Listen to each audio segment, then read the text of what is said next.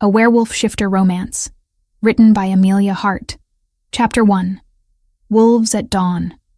The mist clung to the earth as Freya made her way through the forest path, her breath forming small clouds in the cold morning air. Dawn had barely touched the sky, painting it in shades of deep purple and gray. She pulled her woolen cloak tighter around her shoulders, feeling the weight of 10 years pressing against her chest. 10 years. A decade since her father had fallen.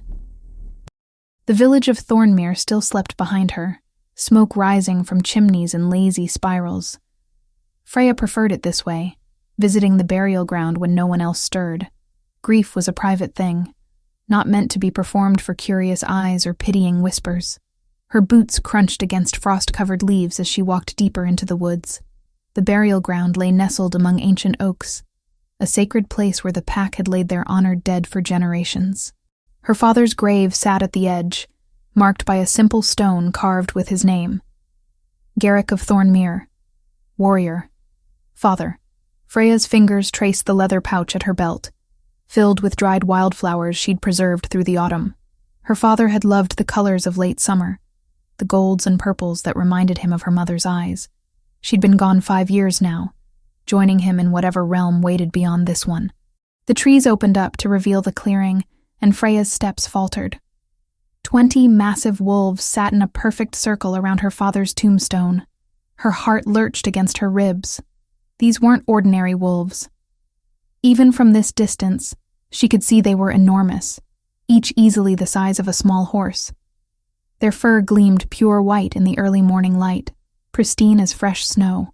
Freya's wolf stirred within her, awakening from its usual dormant state. The sensation sent tingles across her skin, a warning and recognition all at once. These were shifters, powerful ones. She should run. Every instinct screamed at her to turn back, to flee before they noticed her presence, but her feet remained rooted to the ground, her gaze locked on the scene before her. The largest wolf sat directly in front of the tombstone. It was bigger than the others, its presence commanding even in stillness. As if sensing her stare, its head turned. Golden eyes met hers across the clearing. Freya's breath caught. Those eyes held an intelligence that transcended animal instinct. They pinned her in place, studying her with an intensity that made her skin prickle with awareness. The wolf rose, and the others followed in perfect synchronization. Their movements held a grace that spoke of discipline and training. Warriors, she realized. These were trained warriors in their wolf forms. The largest wolf padded forward, breaking from the circle. Each step was deliberate, measured. It approached the tombstone and lowered its massive head. In its jaws, it held something that caught the weak morning light. Metal. A sword. Freya watched, transfixed, as the white wolf placed the weapon carefully at the base of her father's grave. The blade was ancient. She could tell even from this distance. The craftsmanship spoke of old magic, of a time when such weapons were gifts exchanged between great leaders. The wolf lifted its head, meeting her eyes once more. For a heartbeat, something passed between them. Not words, but a weight. An acknowledgement. Then the creature turned, powerful muscles rippling beneath pristine fur. As one, all 20 wolves moved. They flowed through the trees, disappearing into the shadows as silently as morning mist burning away under sunlight. Freya stood frozen, her heart hammering so loudly, she was certain the entire forest could hear it. Minutes passed before she dared to move, before she trusted her legs to carry her forward. The clearing felt different now, charged with energy that raised the hair on her arms. She approached her father's grave slowly, half expecting the wolves to return. But only silence greeted her, broken by the distant call of early birds. The sword lay precisely where the white wolf had placed it. Freya knelt, her fingers hovering above the blade. Power hummed beneath its surface, old and deep. The hilt was wrapped in worn leather, the pommel marked with a symbol she didn't recognize. A crown surrounded by thorns.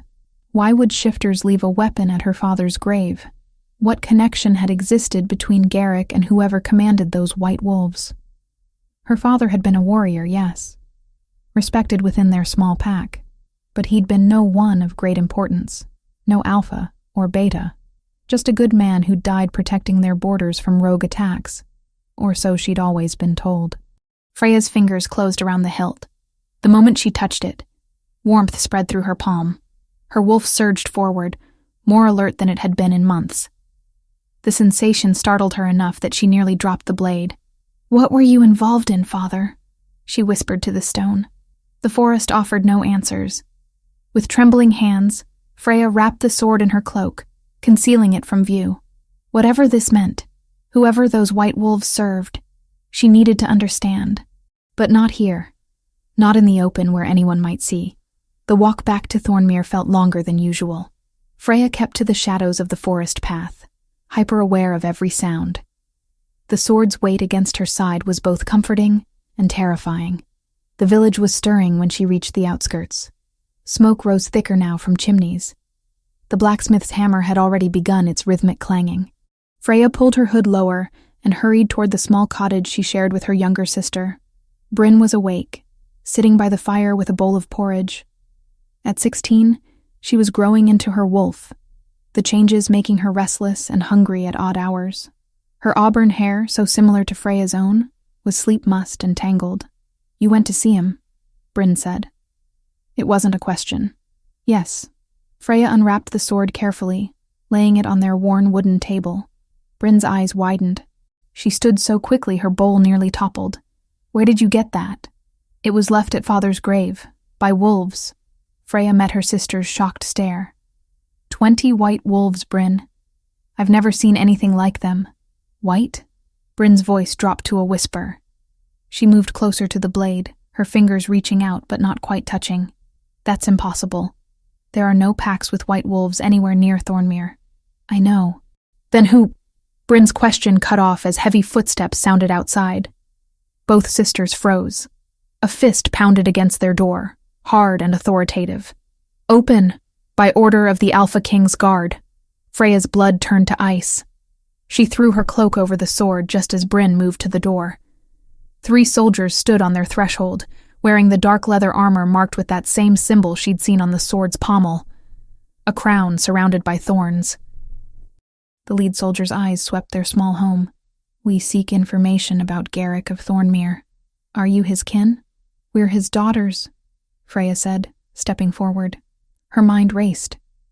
Had they seen her at the burial ground? Did they know about the sword? The Alpha King requires knowledge of all warriors who served 10 years past. "Your father's name appears in our records." The soldier's expression revealed nothing. "What can you tell us of his service? Any alliances he held? Messages he might have left?"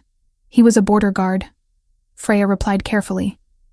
"He died defending Thornmere from rogues. That's all we know." The soldier studied her for a long moment. "If you remember anything else, report to the garrison." His gaze lingered on the table where her cloak concealed the sword's outline. "Anything at all."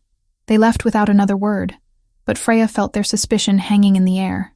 Bryn closed the door and leaned against it, her face pale. "They know something." "Freya, what's happening?" "I don't know." Freya pulled the cloak away, revealing the sword once more. "But I think Father was involved in something far bigger than we ever realized."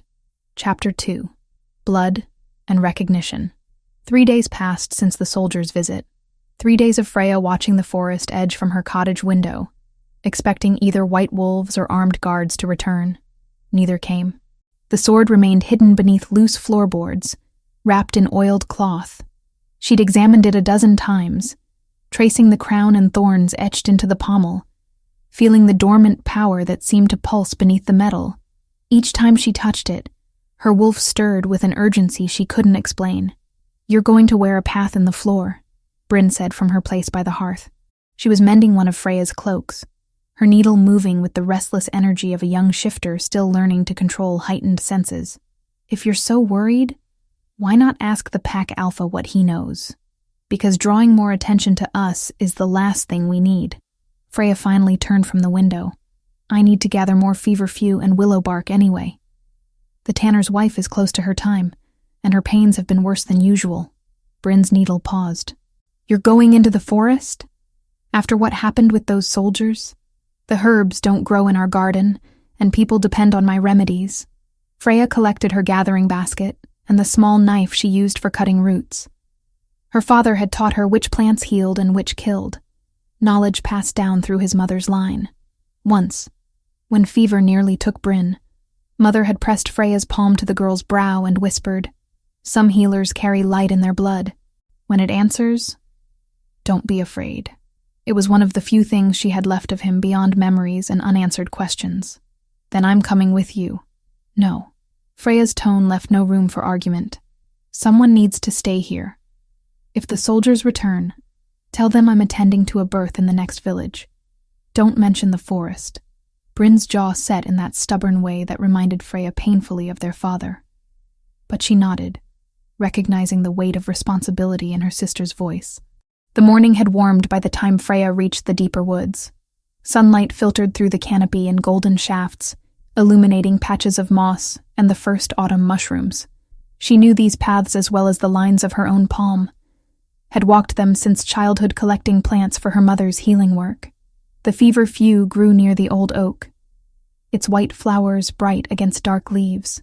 Freya knelt, murmuring a quiet thanks to the earth as she cut the stems.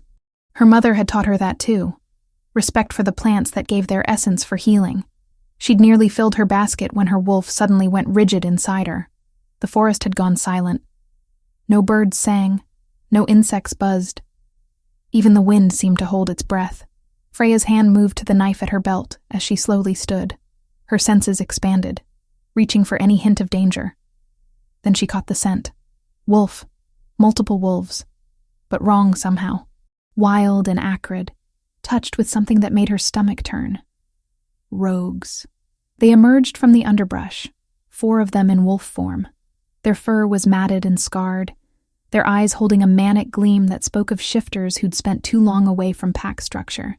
Without an alpha's influence, some wolves lost themselves to their beasts, becoming more animal than man. The largest rogue, a gray wolf with half an ear missing, growled low. The others fanned out, cutting off her escape routes with the coordination of practiced hunters. Freya's heart hammered against her ribs, but she forced herself to remain still. Running would trigger their chase instincts. Her only chance was to hold her ground, to let them see she wasn't easy prey. "I have nothing worth taking," she said, keeping her voice steady. Rogues in wolf form couldn't respond with words, but some part of their human consciousness remained. "Leave now, and there's no need for bloodshed."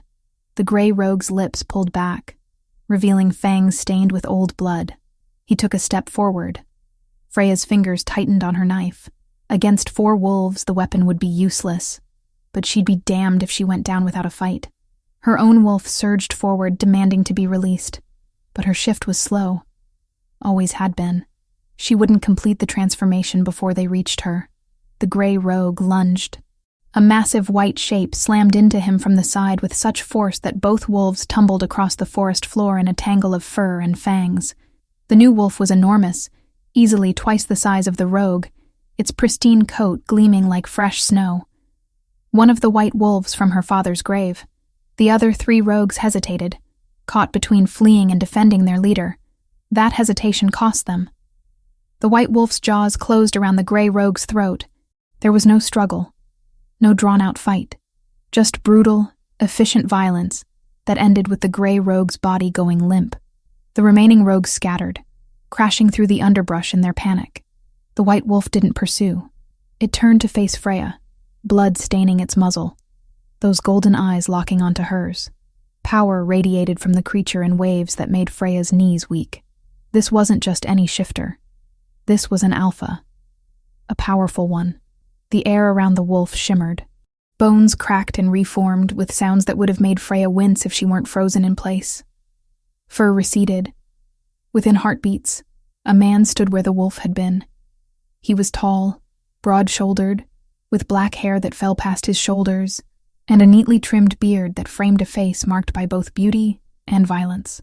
A jagged scar ran down the left side of his face from temple to jaw, but it was his eyes that held her, golden and intense, containing the same ancient intelligence she'd seen in the wolf. He wore simple leather breeches and nothing else, his muscular torso marked with old battle scars. A silver pendant hung around his neck, bearing that familiar symbol, crown and thorns.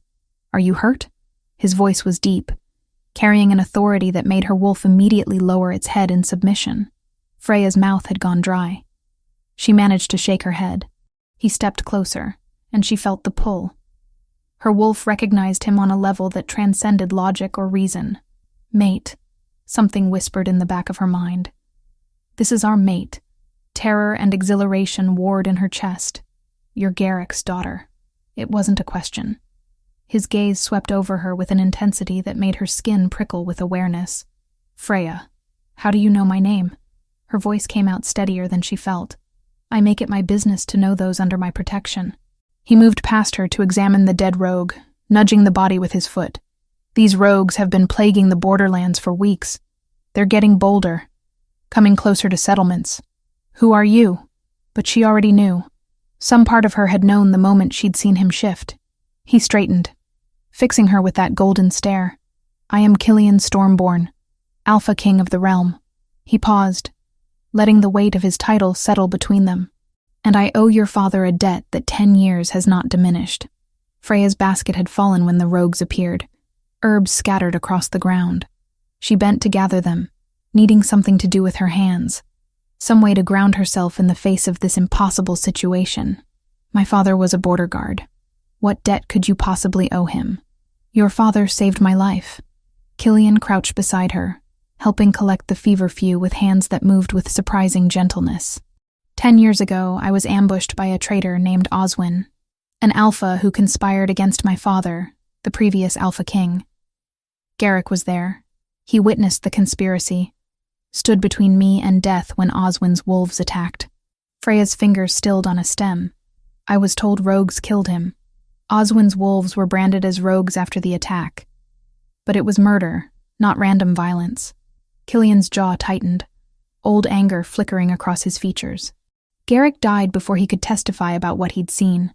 I was 22, freshly crowned after my father's death, with no allies and no proof. Oswin walked free because the wolves who could have confirmed his treason were dead, and the sole survivor was a young alpha most of the council saw as weak. Why wait 10 years to tell his family this? The question came out sharper than intended, but Freya didn't regret it. 10 years of believing her father had died to nameless rogues, when the truth had been so much darker, because I hid behind duty and a promise. Your father made me swear to keep his family in shadow until I could protect you without painting targets on your backs. I told myself the kingdom needed me more than my shame did. And then years hardened into a habit of silence. The admission seemed to cost him. I threw myself into ruling, into proving I was strong enough to hold my father's throne. I told myself there was too much to do, that finding Garrick's family could wait. The truth is, I was ashamed. Your father gave everything to protect me, and I repaid him by letting the man responsible for his death continue breathing. He stood, and Freya rose with him. They were close now, close enough that she could smell pine and smoke on his skin, could see the gold flecks in his eyes that caught the filtered sunlight. 3 months ago, I decided I had hidden behind duty long enough. I sent my most trusted warriors not to learn whether Garrick had left anyone, but to learn who and where. I had known, since the night he bled saving me, that he'd kept a family far from court, and I'd sworn to keep them safe by keeping silent. Shame made me wait. Fear of painting targets on your backs made me wait longer. When my scouts brought word of 2 daughters living in Thornmere, I came on the 10th year of his passing with my guard, to lay my oath on his grave and return what he died holding. I sent my most trusted warriors to learn if Garrick had left anyone behind. When they reported 2 daughters living in Thornmere, I came myself on the 10th anniversary of his death. Those 20 wolves at the grave were my personal guard. We came to pay respects, and to fulfill the oath I swore over his body, to protect his bloodline as he protected mine. Freya's throat tightened. The sword was mine. Your father held it as he died, keeping it from Oswin's wolves. I wanted you to have it returned. Killian's hand lifted, hovering near her cheek but not quite touching. I swore to protect you, Freya. You and your sister both. The connection between them pulsed stronger, that invisible thread pulling taut. Her wolf howled with recognition, with want. This was her mate, the one the moon goddess had chosen for her, but he was also the Alpha King. so far above her station that the very idea of anything between them seemed laughable. "I don't need protection," she managed. "I've survived 10 years without it." Something that might have been respect flickered in his eyes. "So you have. But the world is becoming more dangerous, Freya. Oswin still conspires, still has allies in my council. If he learns that I've found Garrick's daughters, he'll see you as leverage against me. Then don't find us." She stepped back, breaking whatever spell had been weaving itself between them. "Forget you came here. Let us fade back into obscurity." "I can't." His voice roughened. "I've already seen you." The weight of those words hung in the air. Freya turned away, clutching her basket. "I need to get home. My sister will worry. Let me escort you back. That would only draw more attention." She made herself meet his eyes once more. "Thank you for saving me from the rogues. Consider your debt to my father partially paid." She walked away before he could respond, before the pull between them could undermine her resolve. But she felt his gaze on her back the entire way out of the forest, heavy and burning as a brand. Chapter 3. Stone Walls and Secrets. Freya didn't tell Bryn about Killian for 3 days. She told herself it was to protect her sister, to keep her from worrying. But the truth was harder to admit. She didn't know how to explain the pull she'd felt in the forest, the way her wolf had recognized him as something essential. The attack came on the 4th night. Freya woke to Bryn's scream and the sound of splintering wood. She rolled from her bed, grabbing the knife she now kept beneath her pillow. Through the darkness, she saw shapes moving in their main room. Rogues. At least 3 of them in human form, tearing through their meager possessions. "Bryn, shift!" Freya commanded. But her sister was frozen against the far wall, eyes wide with terror. At 16, Bryn's wolf was still new, still unpredictable under stress. The largest rogue turned to Freya, grinning through broken teeth. The healer and her little sister. "Oswin sends his regards." Oswin. The name Killian had spoken. This wasn't random violence. They'd been sent. Freya threw herself at the rogue, her blade finding the meat of his shoulder. He howled, backhanding her so hard she tasted copper. The room spun. Through blurred vision, she saw another rogue reaching for Bryn. Then the door exploded inward in a shower of splinters. Killian filled the doorway in human form, but power rolled off him in waves that made every wolf in the room submit involuntarily. Behind him stood another man, dark-haired and shorter, but carrying himself with the confidence of a trained warrior. "You dare attack those under my protection?" Killian's voice was death itself. The rogues tried to run. They didn't make it past the threshold. Killian moved with a speed that defied his size, his fist connecting with the first rogue's jaw with a crack that echoed through the small cottage. The other man, Tavish, Freya would learn later, took down the second with brutal efficiency. The third rogue, the one who'd struck Freya, shifted to wolf form and lunged at Bryn. Freya's own shift tore through her, faster than it had ever been, driven by desperate need to protect. Her copper wolf form crashed into the rogue, jaws finding his throat before he could reach her sister. When it was over, 3 bodies lay still on their cottage floor. Freya shifted back, breathing hard, her body aching from the rapid transformation.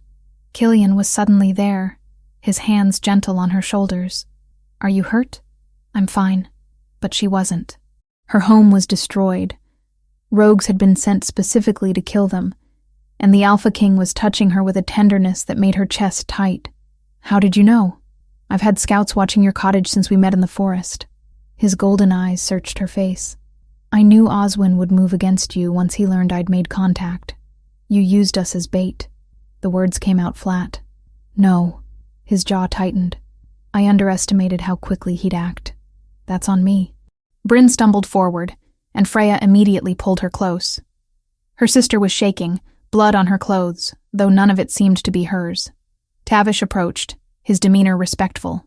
"Your Majesty, the cottage isn't safe. More could come." "I know." Killian straightened. "Freya, Bryn, you're coming to Shadowkeep, tonight." "No." Freya's refusal was automatic. "We can go to the pack house, stay with...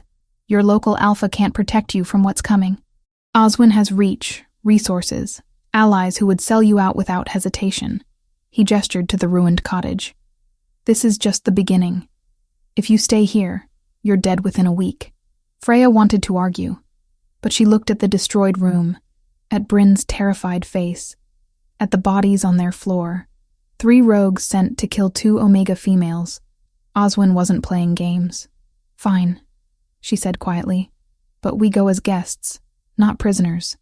And when this is over, when Oswin is dealt with, we return home." Something flickered in Killian's expression. Agreed. They gathered what they could salvage into 2 packs.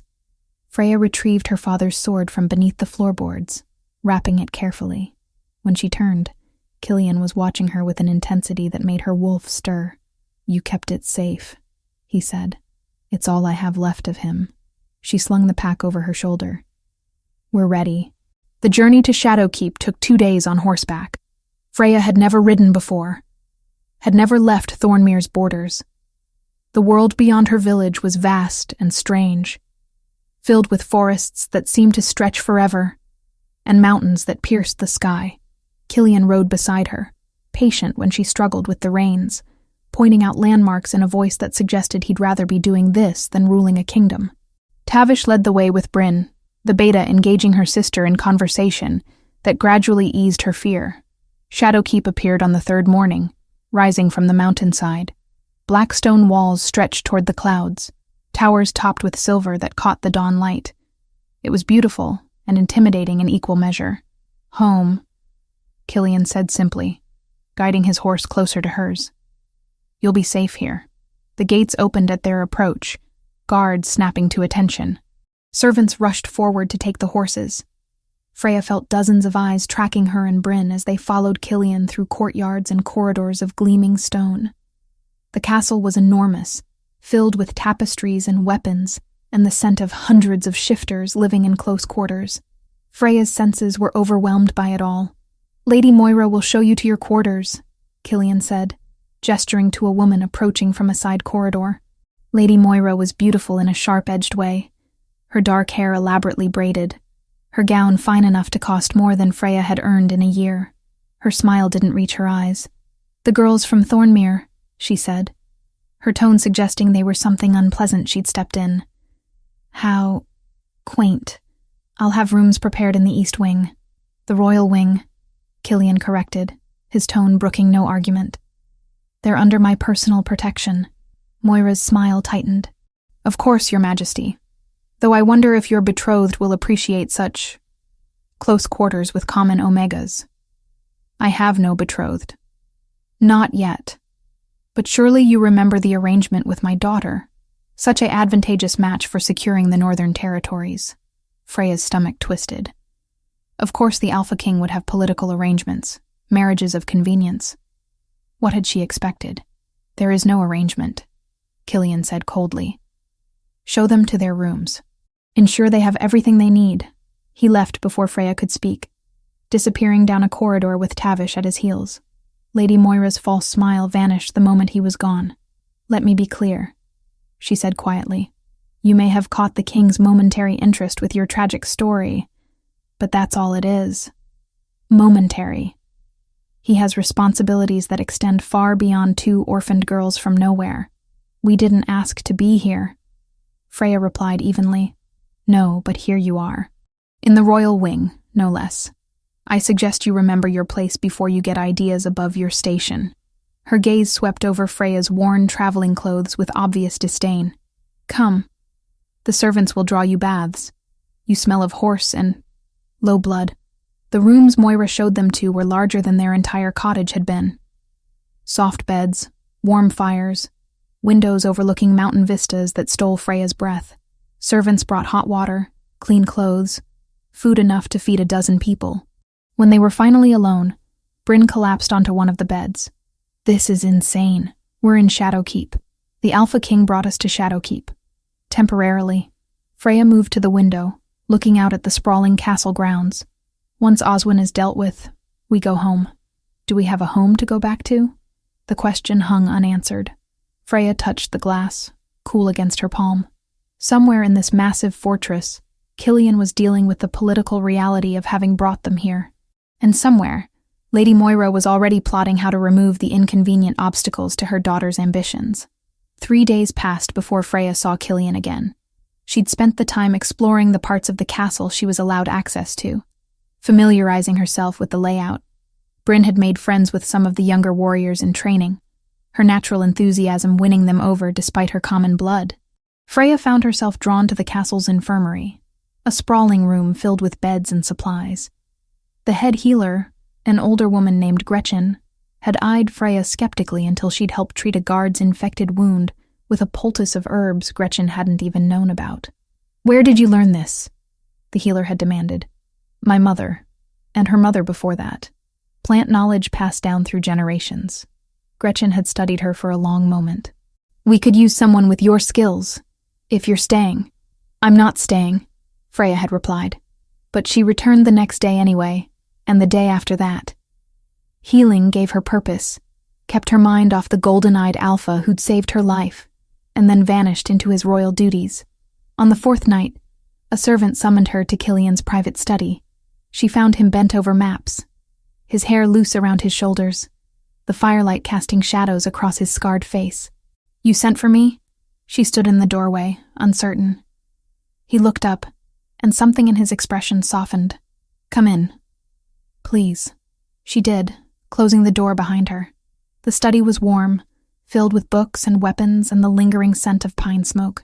"I wanted to apologize," Killian said, "for bringing you here and then abandoning you to Moira's tender mercies. You're the Alpha King. I imagine you have more important things to do than entertain refugees. You're not refugees." He moved around the desk, closing the distance between them. "And nothing is more important than ensuring you're safe." The pull between them thrummed stronger in the confined space. Freya's wolf pushed forward, wanting to close that last bit of distance to touch him. "Oswin has allies in the council," Killian continued. "I've been working to identify them, to understand how deep his influence runs. But I wanted you to know. Tavish found something. Your father's belongings. I kept them. All these years, I kept everything he left behind." He led her to a chest in the corner, old wood bound with iron. Inside lay armor, carefully maintained, letters in her father's hand, a cloak that still smelled faintly of the oils he'd used on his blade. Freya's throat closed. "You kept these. I owed him everything. Keeping his memory alive was the least I could do." Killian's hand covered hers on the edge of the chest. "Freya, I need you to understand. What's between us is a mate bond," she finished quietly. "I know, I've felt it since the forest. And you're terrified of it. Aren't you?" She finally met his eyes. "You're the Alpha King. I'm a common Omega whose father died protecting you. This can't work. Why not? Because the world doesn't work that way. Because Lady Moira is right. You have responsibilities. Because eventually you'll see me as just another obligation from your past." Killian's hand came up to cup her face, his thumb tracing her cheekbone. "I've never been more certain of anything than I am of this. Of you." Freya closed her eyes against the intensity of his gaze, against the truth of the bond singing between them. "I need time. Then take it." He stepped back, and she immediately missed his warmth. "But know this. I'm not going anywhere, and neither is what we feel." She left his study with her heart racing, and her wolf howling inside her chest. The mate bond was real, undeniable, but wanting something and being able to have it were two entirely different things. Chapter 4. Steel and Starlight. The training yard was already filled with warriors when Freya arrived at dawn.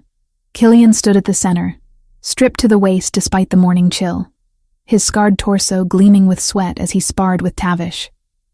Each movement was controlled violence, decades of training evident in every strike and parry. Freya had tried to refuse when Killian insisted she learn proper defense, but after the attack on their cottage, she'd agreed. Being helpless wasn't something she could afford anymore. "You're late," Killian called, not breaking his rhythm with Tavish. "Take a practice blade from the rack." The wooden swords were heavier than they looked. Freya selected one that felt manageable, testing its weight. Around the yard, other warriors paused in their training to watch. She felt their curiosity, their judgment. The Alpha King was taking time from his schedule to train a common Omega himself. Tavish bowed out, leaving Freya alone with Killian in the center of the yard. He approached slowly, circling her. "Show me your stance." She positioned herself as she'd seen the guards do, feet apart, blade raised. It felt awkward and unnatural, better than I expected. His hand touched her shoulder, adjusting her position. The contact sent heat racing through her body. "But you're too stiff. Fighting isn't about strength. Not for you. It's about speed and survival. Use your opponent's momentum against them." For the next hour, he put her through drills. Basic blocks, strikes, footwork. He was patient but demanding, correcting her form with touches that grew longer each time. By the time he called for a break, Freya was breathing hard, and her arms ached. "You learn quickly," Killian said, offering her a water skin. His fingers brushed hers as she took it, and something electric passed between them. The mate bond. It thrummed stronger with every moment they spent together, an invisible thread pulling them closer. He studied her, something like recognition darkening his gaze. "There's a pull between fated mates," he said quietly, as if confessing a secret. "Unclaimed, it is only a whisper. Under mortal threat, it becomes a cord. And an alpha can feel where it leads." Freya saw recognition in his eyes. He felt it too. "Your Majesty," a servant approached nervously. "Lord Oswin has arrived for the banquet tonight. He requests an audience." Killian's expression darkened. "Tell him I'll receive him with the other guests this evening." He was rather insistent. "Then he can be insistent in the great hall with everyone else." Killian's tone left no room for argument. The servant scurried away. Freya lowered the water skin. "The same Oswin who killed my father." "The same. He's an alpha of the Northern Territories, a member of my council. I can't move against him without proof, and he knows it." Frustration edged Killian's voice. 10 years he's walked free while I've gathered evidence. Tonight, he'll parade his loyalty while looking for weaknesses to exploit, and my presence here gives him ammunition. Your presence here is none of his concern." But Killian's jaw tightened, acknowledging the truth of her words. That evening, servants brought Freya a gown far finer than anything she'd ever worn. Deep green silk that brought out her eyes, embroidered with silver thread. Bryn helped her dress, chattering excitedly about the friends she'd made among the younger warriors. "They don't care that we're from Thornmere," her sister said, braiding Freya's copper hair into an elaborate style. "They only care that we're under the Alpha King's protection. That won't last forever." Freya reminded her gently. "We're guests, Bryn. This isn't our home." Maybe it could be. Bryn's reflection met hers in the mirror. "You feel it when you're near him. I can sense it even from across the yard." The mate bond. Freya's hands stilled. "It doesn't matter what I feel." "Why not?" "Because he's the Alpha King, and I'm nobody." Bryn turned her around forcefully. "Father died protecting him. That makes us somebody. And the moon goddess doesn't make mistakes when she chooses mates." The great hall was magnificent, filled with hundreds of nobles and their retinues. Torches blazed in iron sconces, casting dancing shadows across tapestries depicting ancient battles. Long tables groaned under the weight of roasted meats, fresh bread, and flagons of wine. Killian sat at the high table on a throne carved from dark wood. He'd changed into formal attire. Black leather and silver clasps, a crown of twisted metal resting on his dark hair. He looked every inch the king. Powerful and remote. Lady Moira appeared at Freya's elbow before she'd taken 3 steps into the hall. "How quaint.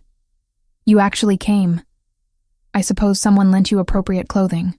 "The Alpha King's servants provided it," Freya replied evenly. "How generous of them." Moira's smile was poisonous. "Tell me, do you truly believe you belong here? You, a healer from a backwater village, sitting among nobles who've spent their lives mastering politics and intrigue? I don't belong anywhere but where I choose to be." Bold words from someone with no power, no connections, no future beyond the Alpha King's fleeting interest. Moira leaned closer, her voice dropping. "He needs a queen who can strengthen alliances, who understands courtly matters, who won't embarrass him in front of the council. You're a pleasant distraction. Nothing more. The sooner you accept that, the less it will hurt when he sets you aside for someone suitable." Before Freya could respond, a hush fell over the hall.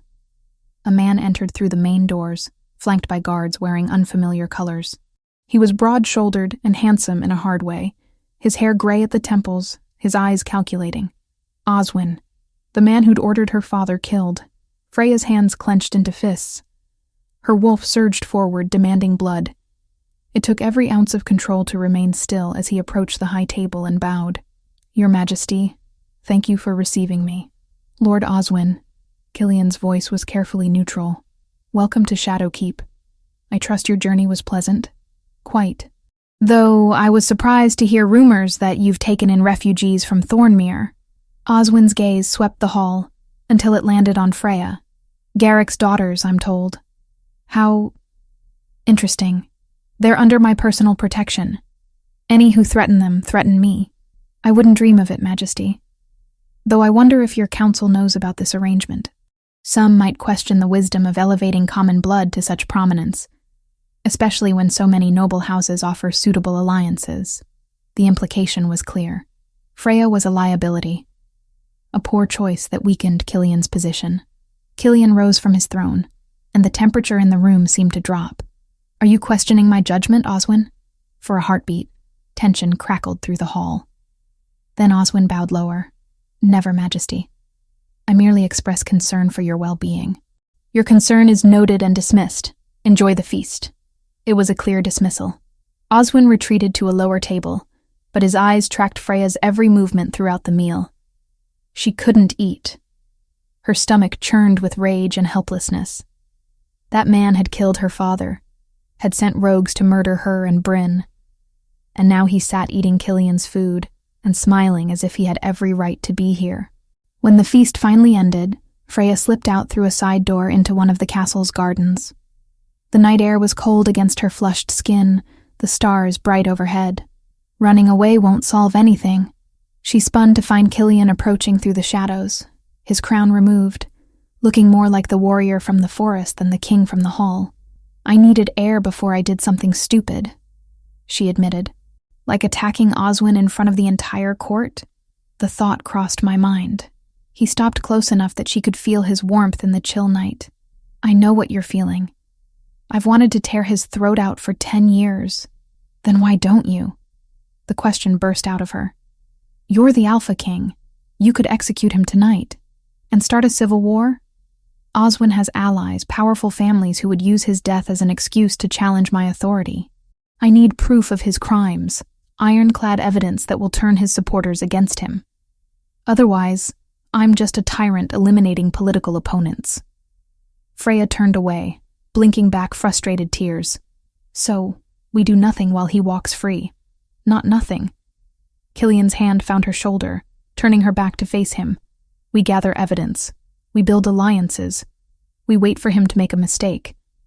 And when the moment comes, we strike without mercy." "How long did you wait to come find us? How long did duty keep you from honoring your debt to my father?" The words were cruel, meant to wound. She saw them land in the tightening of his jaw, the flash of pain in his golden eyes. "Too long," he said quietly. "I was a coward who let shame and duty become excuses for inaction. I won't make that mistake again. Lady Moira thinks I'm a distraction, that I'll drag you down, weaken your position. Moira is a viper who wants her daughter crowned queen for political gain. But she's right, isn't she?" Freya stepped closer, drawn by the bond humming between them. "I'm not suitable. I have no training in politics, no powerful connections. I'm just an Omega from a village you've probably forgotten the name of. Thornmere." His hands framed her face, gentle despite their strength. "I remember everything about you. The way you faced those rogues with nothing but a knife. How you stood in my study and demanded time instead of just accepting what we both feel. The care you show in the infirmary. Healing warriors who would never give you a second glance in any other circumstance. Killian, the mate bond isn't a distraction. It's the moon goddess telling us we're meant to face this world together. And I'm terrified, Freya. Terrified that wanting you will put you in danger. That Oswin or someone like him will use you against me. That I'll fail to protect you the way I failed to protect your father." His honesty broke something open in her chest. I'm terrified too, of this bond, of what it means, of a life I never prepared for. Then be terrified with me. His forehead pressed against hers, his breath warm on her lips. But don't run from this. From us. She didn't know who moved first. Their lips met in a kiss that started gentle and turned desperate. 10 years of grief and guilt and longing pouring into the connection between them. Freya's hands tangled in his hair, pulling him closer as his arms locked around her waist. The mate bond sang between them, recognizing what they'd both been fighting. This was right. This was home. When they finally broke apart, both breathing hard, Killian kept her close. I meant what I said in my study. I'm not going anywhere. Whatever comes, we face it together. Freya nodded, unable to speak past the emotion clogging her throat.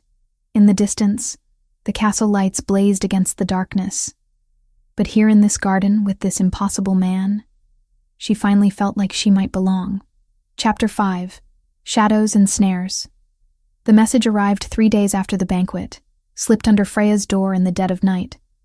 She found it at dawn, a folded parchment sealed with black wax bearing no mark. The words inside were simple, devastating. Your sister walks the eastern forest alone. Come before sunset, or we return her in pieces. Tell no one, or she dies screaming. The old fortress beyond Raven's Creek.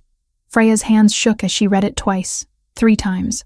Her first instinct was to run to Killian, to let him handle this with his warriors and his authority. But the threat was clear. Tell anyone, and Bryn died. She moved through her room mechanically, pulling on her plainest clothes, strapping a knife to her belt. The sword her father had carried felt too heavy, too conspicuous. This required speed, not steel. Bryn's chambers were empty when Freya checked. The bed cold.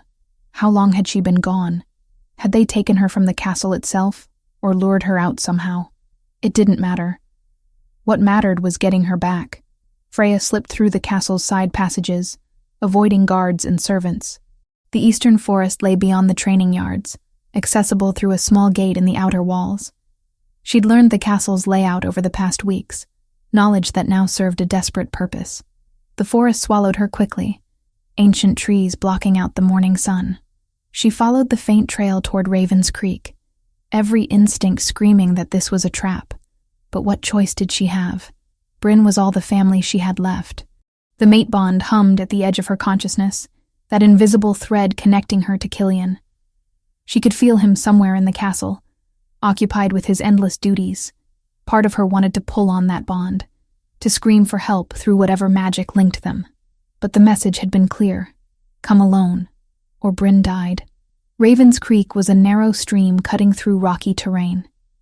Beyond it, barely visible through the trees, stood the ruins of an old fortress. Stone walls crumbling with age, towers collapsed into rubble. A perfect place for an ambush. Freya crossed the creek, water soaking through her boots. Her wolf stirred uneasily, sensing danger but unable to pinpoint its source. Every shadow could hide an enemy, every sound could herald attack. The fortress's main gate hung open, rusted hinges groaning in the wind. Inside, the courtyard was overgrown with weeds and wild roses. At its center, tied to a post, sat Bryn. "Freya, no!" her sister screamed. "It's a trap! Run!" Freya was already moving, racing across the courtyard. She'd taken 3 steps when figures emerged from behind the broken walls. Rogues, at least a dozen of them, forming a circle that cut off all escape. And walking through the main gate behind her came Oswin, a smile playing at his lips. "Predictable," he said, his voice carrying easy authority. "The healer who can't resist saving others, even at the cost of her own life. Garrick was the same way, you know. That's what got him killed." Freya's hand went to her knife. "Let her go. Your quarrel is with Killian, not with us. My quarrel is with anyone who stands between me and the throne I should have held 10 years ago." Oswin circled her slowly, a predator toying with prey. "Your father witnessed something he shouldn't have. A conversation between myself and the old Alpha King, Killian's father. I was explaining why the kingdom needed new leadership, why the Stormborn line had grown weak. Garrick overheard every word. So you killed him. The words came out flat, but rage burned beneath them. I eliminated a threat to my plans. When I arranged the ambush that was meant to remove young Killian from the succession, your father stood between my wolves and their target. He died protecting a boy who hadn't yet proven himself worthy of breathing, let alone ruling. Freya's wolf snarled inside her, demanding blood. And Killian? You failed to kill him. A temporary setback. I was patient. I built alliances, gathered supporters, waited for the perfect moment to strike. But then the young king started asking questions about that day, started investigating his father's death. I had to be careful, had to make sure no evidence linked me to the conspiracy. Oswin's expression hardened. And then he found you. Garrick's daughters, living proof that your father died protecting him. A constant reminder of the debt he owes, a weakness I can exploit. We're not his weakness. But even as she said it, Freya knew it was a lie. The mate bond made them each other's greatest vulnerability. Aren't you? Oswin gestured to the rogues. Here you are, walking into my trap alone because I threatened your sister. And somewhere in Shadowkeep, Killian is probably tearing the castle apart trying to find you both. Predictable, pathetic, proof that he's not fit to rule. A woman stepped from the shadows of the ruined tower. Lady Moira, her fine gowns replaced with traveling clothes. She looked at Freya with cold satisfaction. I told you that you didn't belong, Moira said. But you wouldn't listen. Now you'll die here, and your deaths will give Oswin the leverage he needs to remove Killian from power. The council won't follow a regicide. They will when I provide proof that Killian murdered the Alpha King's daughters to cover up his own father's crimes. After all, who would believe otherwise? A king desperate to hide the truth about how he came to power. Oswin drew a blade, studying its edge in the dim light filtering through the ruins. Your bodies will be found with evidence linking them to Killian's personal guard. Tragic, really. But necessary. Freya's mind raced. She couldn't fight a dozen rogues alone. Her shift was too slow, her combat training too limited. But she had to try. Had to give Bryn a chance to escape. Freya, don't, Bryn sobbed. He's going to kill us anyway. Don't give him what he wants. I'm not giving him anything. Freya drew her knife, settling into the defensive stance Killian had taught her. But I'm not dying quietly either, Oswin laughed. Just like your father, defiant to the end. Very well. Kill the healer first. Make sure the younger one watches. The rogues advanced. Freya's wolf surged forward, preparing for the shift that would come too slowly. Her muscles began to burn with the beginning of transformation. Then terror unlike anything she'd ever felt lanced through her chest. Not her terror, Killian's. The mate bond flared to life with such intensity it drove her to her knees. She felt his panic, his desperate need to reach her, his wolf howling with the knowledge that its mate was in mortal danger. And beneath that, something else. A pulling sensation, as if he was using the bond to track her location. He's coming, she gasped. Oswin's confident smile faltered. Impossible. You came alone. No one followed you. The mate bond. Freya forced herself upright despite the overwhelming emotions flooding through the connection. He can feel me. He knows where I am. Then we kill you quickly and leave before he arrives. Oswin gestured sharply to the rogues. Now. 3 of them lunged at once. Freya's shift finally completed, her copper wolf barely avoiding the first set of claws. But there were too many, coming from too many directions. Teeth found her shoulder. Claws raked her side. Pain exploded through her body. Through the blood and chaos, she heard Bryn screaming. Saw another rogue moving toward her sister with deliberate intent. They were going to kill Bryn right in front of her. And there was nothing she could do to stop it. No. Something deep inside Freya's chest cracked open. Not physical pain, but something else entirely. A well of power she'd never known existed. Dormant since birth. Waiting for the moment of absolute desperate need. Her wolf's copper fur began to glow. At first it was subtle. A shimmer along her spine. A golden gleam in her eyes. But it spread rapidly, pulsing outward from her core, until her entire body radiated light. The rogues attacking her stumbled back, confused and momentarily blinded. The power wasn't destructive. It was the opposite. Healing energy in its purest form, raw and ancient, and utterly foreign to anything Freya had ever experienced. She could feel it in her blood, thrumming in time with her heartbeat. This was what her mother's line had carried, what generations of healers had passed down until it concentrated in her. Magic. True magic. Not just the ability to shift forms. The rogue advancing on Bryn yelped as golden light washed over him, burning where it touched his corrupted essence. Rogues who'd abandoned their humanity couldn't withstand the pure healing power. It rejected their twisted nature like poison rejecting medicine. "What is she?" one of the rogues screamed, backing away. Oswin's face had gone pale. Impossible. That bloodline was supposed to be extinct. The Moonweavers died out centuries ago. Freya didn't understand what he meant. All she knew was that power continued to pour from her in waves, driving back the rogues, creating a protective barrier around herself and Bryn. Her wounds began to close, flesh knitting together with supernatural speed. "Kill them!" Oswin roared, "before she learns to control it." But it was too late.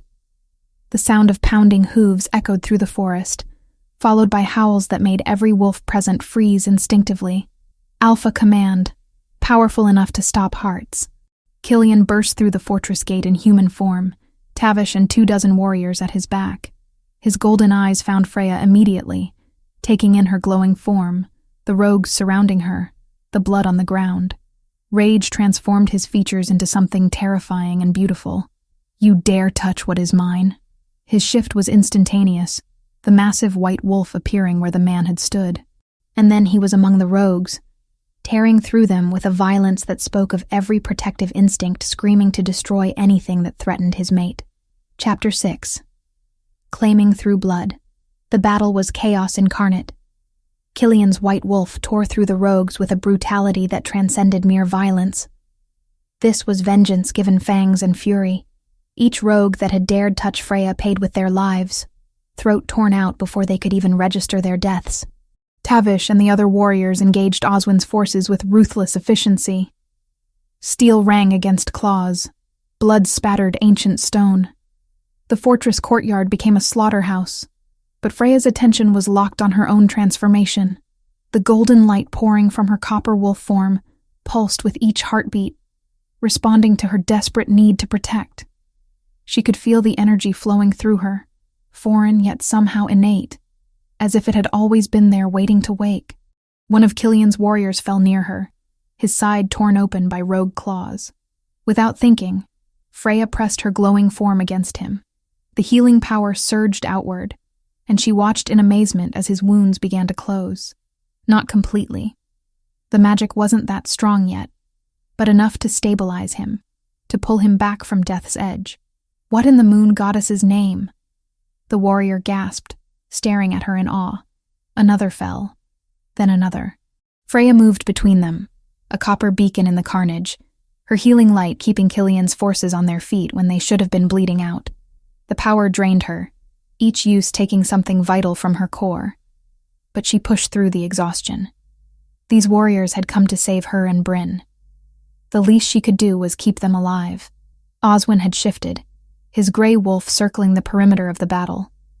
He was watching, Freya realized, waiting for an opening. His eyes tracked Killian's movements with the patience of a predator who'd spent 10 years planning this moment. Lady Moira tried to flee, slipping toward the broken section of fortress wall. Tavish intercepted her in 2 powerful strides, his hand closing around her arm with bruising force. "Let me go!" she shrieked. "I'm a member of the royal court. You have no right—" "You're a traitor who conspired to murder the Alpha King's mate," Tavish said coldly. "You have no rights left to speak of." He bound her hands with rope from his pack, securing her to an iron ring embedded in the wall. Moira's protests turned to screams of rage, but no one paid her attention. The battle raged on. Killian's wolf had decimated half the rogues single-handedly. The remaining ones broke and ran, their nerve failing in the face of such overwhelming power. Killian let them go. His focus was singular now, locked on the gray wolf still circling with predatory intent. Oswin. The 2 alphas faced each other across the blood-soaked courtyard. Freya's heart clenched. This was the confrontation 10 years in the making, the resolution to the conspiracy that had started with her father's death. They launched at each other simultaneously, two forces of nature colliding. Oswin was older, more experienced, but Killian fought with the fury of a mate protecting his bonded, and that made him unstoppable. Their battle shook the ancient stones, drew blood that steamed in the cold air. Freya wanted to help, but her healing power was useless in direct combat. All she could do was watch, her wolf pacing anxiously, as they tore into each other with savage abandon. Then she caught movement from the corner of her eye. Another rogue, one she'd thought had fled, circling around behind Killian while he was locked in combat with Oswin. The rogue's intention was clear: wait until both alphas were weakened, then strike the killing blow. Freya's body moved before her mind caught up. She shifted to human form, grabbed a fallen sword from the ground, and threw herself between the attacking rogue and Killian's exposed back. The blade she held wasn't her father's sword. That was still hidden back at the castle. This was a stranger's weapon, unfamiliar weight and balance. But desperation made her accurate. She thrust upward as the rogue lunged, felt steel punch through fur and flesh. The rogue's momentum carried him forward, driving the blade deeper. His jaws snapped closed inches from her face, hot breath reeking of death. Then pain exploded through her side. Oswin. While she'd been focused on the rogue, the gray alpha had broken from his fight with Killian and lunged. His fangs found her ribs, tearing deep. Blood poured hot down her skin. The world tilted. She heard Killian's roar, felt his rage through the mate bond like a physical blow. The rogue she'd stabbed collapsed. Dead. Oswin released her, backing away as Killian's white wolf came at him with murder in every line of his body.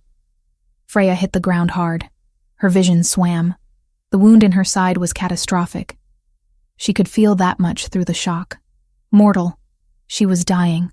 Through fading consciousness, she watched Killian tear Oswin apart. There was no mercy. No quick death. This was retribution for Garrick.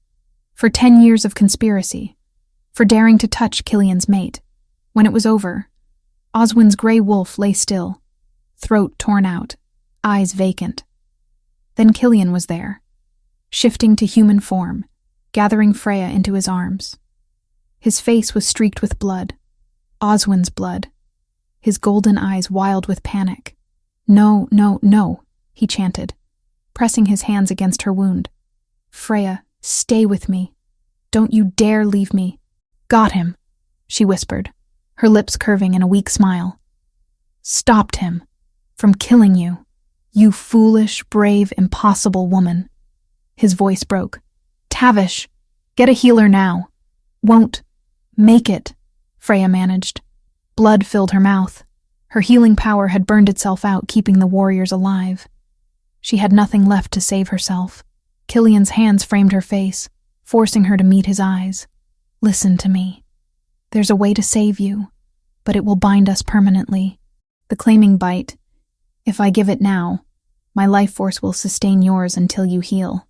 But you have to accept it willingly, even now. Do you understand? The mate bond." He was offering to complete it through his bite, sharing his strength to keep her alive. But it would be permanent, irreversible. She'd be bound to him for life. "Do it," she breathed. "Please, Killian. I don't want to die." "This isn't how I wanted this to happen," he said, his thumb tracing her cheekbone with heartbreaking gentleness. "You deserve moonlight and ceremony, not blood and dirt." "I deserve you," she corrected. "Just you. Nothing else matters." His eyes flashed gold, wolf rising to the surface. He bent his head to the junction of her neck and shoulder, the traditional claiming spot. His lips brushed her skin once, gentle as a prayer. Then his teeth sank deep. Pain and pleasure exploded through her body in equal measure. The mate bond that had been building between them suddenly blazed to life, a connection so profound it rewrote every cell of her being. She felt Killian pouring his life force into her through the bite, felt his wolf recognizing hers at the deepest level. "Mine," his wolf growled through the bond. "Ours," her wolf responded, finally finding its voice. The world went white. When Freya opened her eyes again, she was lying on soft furs in an unfamiliar room. Sunlight streamed through high windows. Her side ached, but the wound was closed, leaving only a pale scar. Killian sat beside her bed, his head bowed, one hand holding hers. He looked exhausted, dark circles under his eyes, several days' worth of beard growth on his jaw. "How long?" she asked, her voice hoarse. His head snapped up, relief flooding his features. 3 days. "You've been unconscious for 3 days." He pressed her hand to his lips. "I thought, when you wouldn't wake—" "I'm here." She squeezed his fingers weakly. The bite worked. It initiated the bond.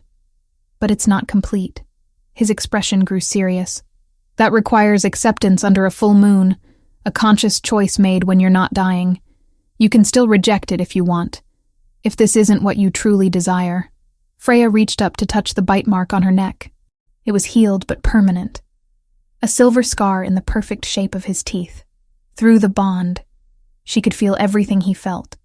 His love, his fear, his desperate hope that she wouldn't regret what he'd done. What happened to Oswin? To Moira? Oswin is dead. His conspiracy died with him. Moira is imprisoned, awaiting trial for treason. Killian's voice hardened. She confessed everything, hoping for leniency. There won't be any. And Bryn? Safe, traumatized but unharmed. She's been here every day waiting for you to wake. His thumb traced circles on her palm. "Freya, I need you to understand. The choice is still yours. I won't force this bond on you just because I used it to save your life." She could feel his sincerity through their connection. Feel how much he meant those words despite how terrified he was that she might walk away. The Alpha King, who commanded armies, was helpless before her choice. "Ask me again," she said softly. "Under the full moon, with ceremony and witnesses. Let me choose you properly the way you deserve." His shoulders sagged with relief. "You're certain?" "I've never been more certain of anything." She pulled him down until his forehead rested against hers. "You're mine, Killian Stormborn, and I'm yours. Nothing will change that." He kissed her then, gentle and reverent, sealing the promise between them. Outside, the sun continued its journey across the sky. But in that room, with her mate's arms around her and the bond humming between them, Freya finally understood what it meant to be home. Chapter 7. Under the moon's witness recovery was slower than Freya expected. The claiming bite had saved her life, but her body still needed time to heal from the trauma. She spent a week confined to bed, Killian rarely leaving her side except when royal duties absolutely demanded it. Bryn visited daily, bringing stories from the castle to distract her sister. On the 5th day, she climbed onto the bed beside Freya, her young face serious. "I never thanked you," Bryn said quietly. "For coming after me, for risking everything. You're my sister. There was never a question. But you almost died." Bryn's voice cracked. "When I saw Oswin bite you, when you fell, I thought I'd lost you too. First mother and father, and now you." Freya pulled her close, ignoring the protest from her healing ribs. "I'm here. We both are. That's what matters. You're going to be queen." Bryn pulled back, wiping her eyes. "The Alpha King's mate. Everything's changed." "Not everything. You're still my annoying little sister." Bryn managed a watery laugh. "And you're still terrible at accepting compliments." But her sister was right. Everything had changed. The claiming bite on Freya's neck marked her as Killian's mate. But it wasn't complete. The bond hummed between them, stronger than before, yet still waiting for final acceptance under the full moon, if she chose to accept it. The doubt crept in during the quiet hours when Killian was pulled away to council meetings, to decisions that affected thousands of lives. Freya would lie in bed, feeling the weight of the crown she hadn't yet earned. She was a healer from Thornmere, a village most nobles had never heard of. What did she know about ruling a kingdom, about navigating court politics or managing alliances? Lady Moira's words echoed in her mind despite everything. "You don't belong. You'll drag him down." On the 8th day, Killian found her standing at the window, watching the castle grounds below. Warriors trained in the yard, servants moved through gardens, life continuing regardless of her internal crisis. "You're thinking too loud," he said, wrapping his arms around her from behind. "I can feel your turmoil through the bond. I'm not ready for this." The admission hurt to speak, to be queen, to stand beside you in front of the council. I don't know how to be what you need. His hands tightened slightly. What I need is you, exactly as you are. That's not enough. She turned in his arms. You need someone who understands politics, who can strengthen alliances, who won't embarrass you in front of alphas who've been consolidating power since before I was born. Freya, the full moon is tomorrow night. You said I could refuse the bond, that the choice was mine. She met his golden eyes, saw the pain her words caused through their connection. What if I'm not ready? What if I never am? Killian was quiet for a long moment. When he spoke, his voice was measured. Then we wait. A year, 10 years, however long you need. The claiming bite initiated the bond, but you're right. You have to choose this freely. I won't force you into a life you don't want. And if I can't do it, if I'm not capable of being queen, then we find another way. His thumb traced her jaw. I didn't fall for you because you could navigate court politics. I fell for you because you faced rogues with nothing but a knife. Because you healed my warriors while bleeding yourself. Because you threw yourself in front of an alpha to save my life, knowing you'd die. His forehead pressed against hers. You're already everything I need. The rest is just details we'll figure out together. A knock interrupted them. Tavish entered, carrying a wooden box marked with familiar symbols. Your Majesty, I apologize for the intrusion, but I found something I thought Freya should see. He set the box on a nearby table, opening it carefully. Inside lay letters, a cloak, small trinkets, her father's belongings that Killian had kept all these years. But Tavish pulled out a sealed envelope, the wax unbroken. This was at the bottom, hidden beneath a false panel. It's addressed, to be opened only in dire circumstances. Tavish handed it to Freya. I think those circumstances have arrived. Freya's hands shook as she broke the seal. The letter inside was in her father's hand, the ink faded but readable. To whoever finds this, if you're reading these words, then I am dead, and the danger I feared has found my family. My name is Garrick of Thornmere, and I write this to explain truths I could never speak aloud while living. 10 years ago, I witnessed a conspiracy that threatened the Alpha King's life. An Alpha named Oswin spoke treason, planning the murder of our king. I heard every word, but I was alone. No witnesses to support my testimony. When I tried to report this, Oswin moved against me, attempting to silence me permanently. Only the intervention of the king's son, young Killian, saved my life that day. But the attempt on my life revealed something crucial. I had a target on my back. And worse, I had 2 young daughters who could be used against me. I made a choice. I asked Killian to keep my family's existence secret, to tell no one that I had survived or that I had daughters. Better that we fade into obscurity than become weapons in Oswin's hands. The young prince agreed, understanding the necessity even as it pained him. Years passed. I watched my girls grow, knowing every day that my silence kept them safe.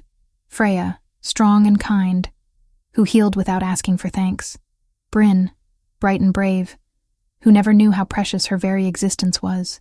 If you're reading this, then Oswin has finally succeeded in killing me. But know this, I died protecting something far more valuable than my own life. I died keeping my daughters out of a war they never asked to be part of. To Freya and Bryn, should this letter reach you, I loved you more than words can express. Every moment spent with you was worth the danger. Every sacrifice was worth your safety. You were never a burden. You were my greatest treasure. To Killian, should you find them, I release you from your promise of silence. Protect them as I could not. They are good souls who deserve better than a father's mistakes. Garrick. Freya's tears fell onto the parchment, blurring some of the words. Her father had known. All those years, he'd lived with the knowledge that telling the truth about his family would paint targets on their backs. So he'd chosen silence, chosen obscurity, chosen to let his daughters think he was just a common warrior, rather than someone who'd been tangled in royal conspiracy. He protected us until the very end, she whispered. Killian's arms came around her. He was braver than I gave him credit for. I thought he'd never mentioned having daughters because he didn't trust me. But he was keeping you safe the only way he knew how. Bryn moved to Freya's other side, reading the letter over her shoulder. Father knew Oswin would come for us eventually. That's why he trained us to fight. Why he always told us to be ready to run. Now Oswin is dead, Tavish said quietly. The threat your father feared is gone. You're free. Free. The word echoed in Freya's mind. Her father had spent 10 years in fear, and all because he'd witnessed the truth. All because he'd tried to do the right thing, and now Killian was offering her a choice. Accept the bond and become queen, or walk away. But was she really free if she let fear control her? The full moon rose the following night, silver and perfect in a cloudless sky. The ceremony would be held in Shadowkeep's ancient courtyard, witnessed by every alpha in the kingdom. Freya stood in her chambers, dressed in white silk embroidered with silver thread, her copper hair braided with moonflowers. You look like a queen, Bryn said, adjusting Freya's cloak. I don't feel like one. Good. The moment you start feeling like you belong, you'll probably turn into Lady Moira. Bryn's joke fell flat, but Freya appreciated the attempt. You'll be fine. Just be yourself. That's who Killian fell for. Servants came to escort her to the courtyard. Freya walked through corridors lit by torches, her heart hammering against her ribs. She could still refuse. The ceremony gave her that right. If she stood before all those alphas and said no, they would honor it. The courtyard was filled with wolves in human form, every alpha of the realm present. Torches blazed around the perimeter. At the center, beneath the moon's full light, Killian waited. He wore black leather and silver, a crown of twisted metal on his dark hair. He looked every inch the king, powerful, commanding, untouchable. Then his eyes met hers, and she saw the vulnerability there. The fear that she might reject him in front of his entire kingdom, the desperate hope that she wouldn't. The mate bond sang between them, pulling her forward. An elder stepped forward to officiate, his voice carrying across the silent crowd. We gather under the moon goddess's light to witness the completion of a mate bond. Freya of Thornmere, do you come here of your own free will? I do. Her voice was steady. Do you understand that accepting this bond is permanent? Binding your life to Alpha King Killian Stormborn's for as long as you both shall live? I understand. Then speak your choice before the moon and these witnesses. Will you accept this bond, or do you reject it? The moment stretched. Freya could feel every eye on her, feel the weight of the decision. If she accepted, she'd be queen. She'd face challenges she wasn't prepared for, make mistakes that would affect thousands. She'd spend her life learning to be something she'd never imagined becoming. But she'd do it beside Killian, with his strength supporting her, with the mate bond connecting them, with the knowledge that her father had sacrificed everything so she could have choices. This was her choice. Not Lady Moira's, not the council's, not even Killian's. Hers. I accept, she said clearly. I accept Killian Stormborn as my mate, my king, my partner in all things.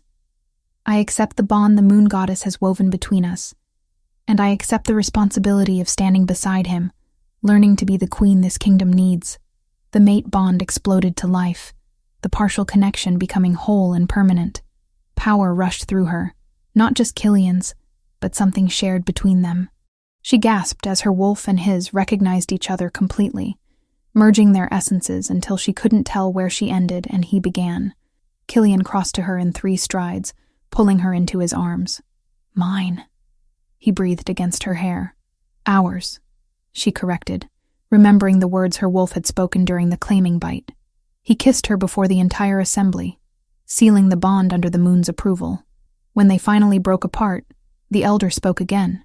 Alpha King Killian Stormborn, do you renounce all claim to other mates or consorts? I do. There is only Freya. There will only ever be Freya. Then by the power invested in me by the moon goddess and the ancient laws of our kind, I declare you bound. What the moon has joined, let no wolf separate. The assembled alphas howled their approval, the sound rising to the stars. Freya felt the weight of the crown settle on her head. Not physical metal, but the responsibility she'd accepted. She was queen now, for better or worse. Later, Tavish approached with news. Lady Moira has been formally banished. She'll be escorted to the border at dawn and forbidden from ever returning to your territories." "Good," Killian said, his arm around Freya's waist. "Let her serve as a warning to anyone else who would conspire against the crown." As the celebration continued around them, Freya leaned into her mate's embrace, feeling the bond pulse with contentment. She still didn't know how to be queen, still wasn't sure she was ready for everything that title entailed. But she'd figure it out, one day at a time, with Killian beside her and the memory of her father's sacrifice driving her forward. Chapter 8. Legacy of the fallen 6 months had passed since the claiming ceremony beneath the full moon. Spring had come to the kingdom, melting winter's grip and bringing new life to fields that had lain dormant through the coldest months. Freya stood at the window of her chambers, no longer a guest room but the queen's quarters, watching the castle grounds below transform with the season. She'd changed too, though not in ways visible to the eye. The frightened healer from Thornmere had become someone who could stand before the Council of Alphas and speak with authority about establishing healing networks across the realm, someone who could navigate court politics without losing herself in the process. It hadn't been easy. There were still nobles who whispered about her common blood, still moments when she felt utterly unprepared for the weight of the crown. But Killian had been true to his word. They faced everything together, his strength supporting her when doubt crept in, her compassion tempering his harder edges. "Your Majesty," the morning reports. A servant entered with scrolls detailing the kingdom's affairs. Freya had learned to read these documents, to understand the intricate web of alliances and resources that kept their realm functioning. "Thank you, Meredith." She'd learned all the servants' names too, much to their surprise. Queens didn't typically bother with such details, but Freya had never stopped being the healer who saw people as individuals rather than positions. The reports were encouraging. The healing network she'd established was thriving. In every major settlement, trained healers now worked using both traditional plant knowledge and, for those blessed with the gift, magical healing abilities. Freya had discovered 3 other shifters with dormant powers similar to hers, the golden healing light that had awakened during her desperate fight to save Bryn. She'd personally trained them, teaching them to control and direct the energy that could mean the difference between life and death. A knock at her door revealed Bryn, no longer the frightened girl who'd been used as bait. At 17, she'd grown into a formidable young woman, her body hardened by months of training under Tavish's demanding instruction. She wore the leather armor of a warrior now, a sword strapped to her hip with easy confidence. "The Alpha King requests your presence in the courtyard," Bryn said, grinning. "He says it's time." Freya's heart clenched. She knew what today was, the anniversary of their father's death, 11 years now. She and Killian had planned this visit for weeks, waiting for the right moment when duties could be set aside for personal remembrance. They rode out from Shadowkeep as the sun climbed higher, just the 2 of them on horseback. Killian had wanted to bring guards, but Freya insisted. This journey was private, sacred. The rogues that had once plagued the borderlands were gone, scattered after Oswin's death removed their organizing force. The ride to Thornmere took most of the day. The village had changed in Freya's absence. New buildings constructed, fields expanded. Her presence as queen had brought attention and resources to the small settlement that had raised her. She saw familiar faces as they passed through, people who'd known her as simply Freya the healer. Now they bowed, called her "Your Majesty," and she felt the bittersweet ache of distance that power created. The burial ground lay beyond the village, unchanged by time. Ancient oaks still stood sentinel over the honored dead.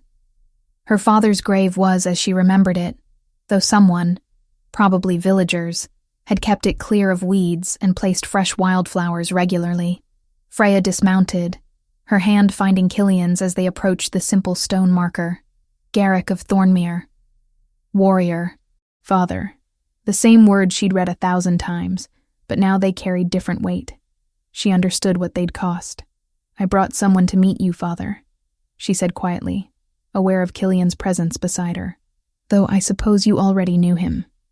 The boy you died protecting has grown into a man worthy of the sacrifice." Killian knelt, placing a handful of wildflowers at the grave's base. "I never properly thanked you," he said, his voice rough with emotion, "for standing between death and a foolish young alpha who thought he was invincible. for keeping your family hidden so they'd be safe from my enemies, for every choice you made that led to this moment. Freya watched her mate, her husband in all but the formal ceremony they'd hold next month, honor her father's memory. Through the bond, she felt his genuine grief, his respect for a man he'd known only briefly, but who'd changed the course of his life. I wish you could have seen what your sacrifice made possible, Freya continued, tears slipping down her cheeks. Brynn is training to be a warrior. She's strong, father. Strong and brave. Everything you raised her to be. And her voice broke. I'm queen now. I still don't always know what I'm doing, but I'm trying. I'm using everything you and Mother taught me to help people, to heal not just bodies, but the wounds in our society. Killian stood, reaching into the pack he'd brought. When he withdrew the sword, her father's sword, the one left by the white wolves so many months ago, Freya's breath caught. This belonged to me, Killian said, turning the blade so sunlight caught the crown and thorns etched into its pommel. 10 years ago, when your father stood between Oswin's wolves and my life, this sword was in my hand. I was young, injured, barely holding my ground. Garrick took this blade from me, told me to run, that he'd hold them off. He traced the symbols with one finger. I refused to leave him. We fought together, back to back, until my warriors arrived. But Oswin's wolves were numerous and vicious. Your father took a mortal wound protecting my left side. As he fell, he gripped this sword, wouldn't let it go. His last words were, "Keep them safe." I thought he meant my people, my kingdom. I didn't understand he meant his daughters. Freya's tears fell freely now. So when the wolves came to leave it at his grave, it was my way of returning what he'd held in death, of honoring the debt I'd failed to pay for so long. This sword is yours by right, Freya. Your father's blood marked it. His courage blessed it. It should stay with his bloodline. He offered her the blade, and she took it with trembling hands. The weight felt right now, balanced and true.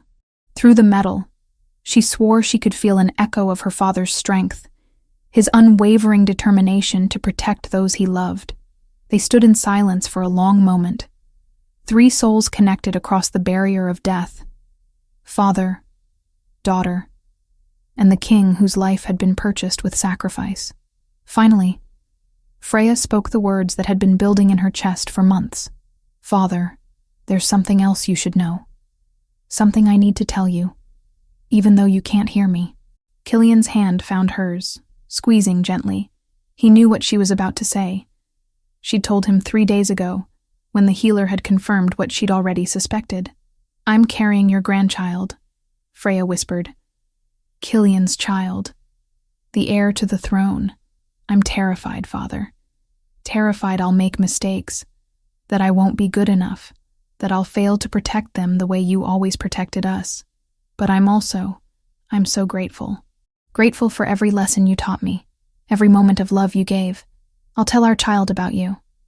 About the warrior who chose exile to keep his family safe, who died so others could live. Killian pulled her close, his hand resting on her still flat stomach where new life grew. You're going to be an incredible mother, he murmured against her hair, just as you've become an incredible queen. You honor his memory every day with your strength, your compassion, your refusal to let fear control you. I'm still scared, she admitted, of failing you, of failing our child, of not being the queen the kingdom needs. Good. Fear keeps us careful, keeps us humble. It's when we stop being afraid that we become dangerous. His arms tightened around her. But you're not facing this alone. We'll make mistakes together, learn together, raise our child together. That's what being mates means, sharing every burden and every joy. They stayed until the sun began its descent, painting the sky in shades of gold and crimson. As they prepared to leave, Freya touched her father's gravestone one last time. Thank you, she said simply, for everything. For the life you gave me, the lessons you taught me, the sacrifice that made all of this possible. I'll make you proud, Father. I promise. The ride back to Shadowkeep was quiet, but comfortable.